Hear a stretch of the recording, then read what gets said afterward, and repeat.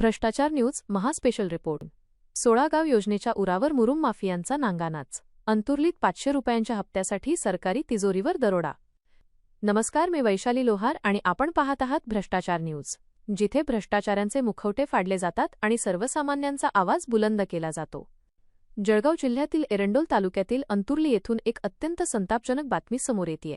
ज्या 16 गाव पाणीपुरवठा योजनेवर हजारो लोकांची तहान अवलंबून आहे, त्याच योजनेच्या उरावर आता मुरुम माफिया धावून आले आहेत.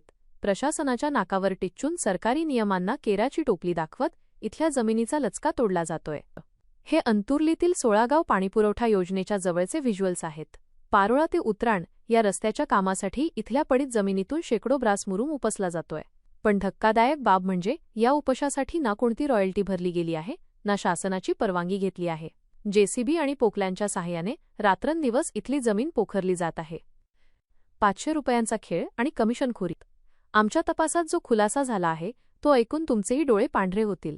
या महाघोटाळ्याच्या मागे केवळ ठेकेदार नाहीत, तर काही पांढरेपेशे राजकीय एजंट सक्रिय आहेत.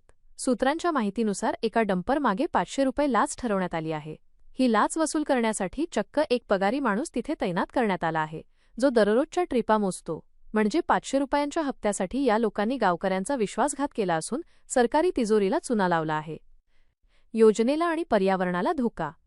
या बेसुमार उत्खननामुळे 16 गाव योजनेच्या मुख्य बांधकामाला धोका निर्माण झाला आहे.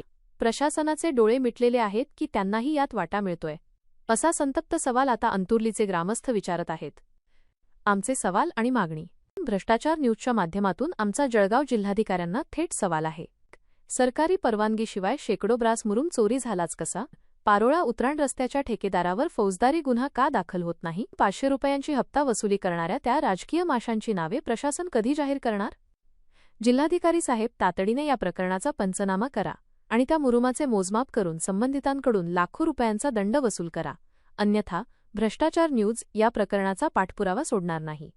कॅमेरामनसह मी वैशाली लोहार, भ्रष्टाचार न्यूज, जळगाव.